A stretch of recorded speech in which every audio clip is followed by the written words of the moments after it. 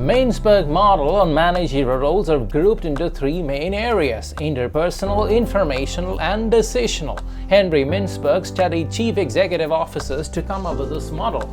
He suggests that there are 10 managerial roles which can be grouped under these three areas: figurehead, leader, and liaison under interpersonal, monitor, disseminator, and spokesperson under informational, entrepreneur, disturbance handler, resource allocator, and negotiator under decision roles. That makes it a total of 10 subgroups.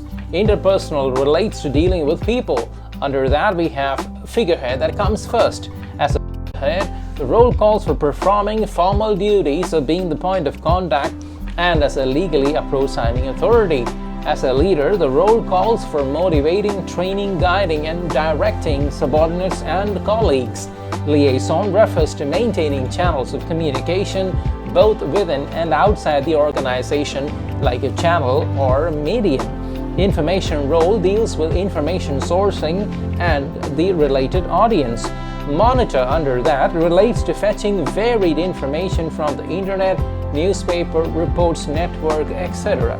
Disseminator pertains to passing information to others through the hierarchical channel inside the organization, and that happens mostly through email, through a written document or a memo, or phone calls, or even messages. Spokesperson, as the term sounds, relates to the role of a public relation officer communicating with people outside the organization by attending meetings, interviews, addressing a gathering, etc. Under the decision role, we have the role of an entrepreneur that comes first.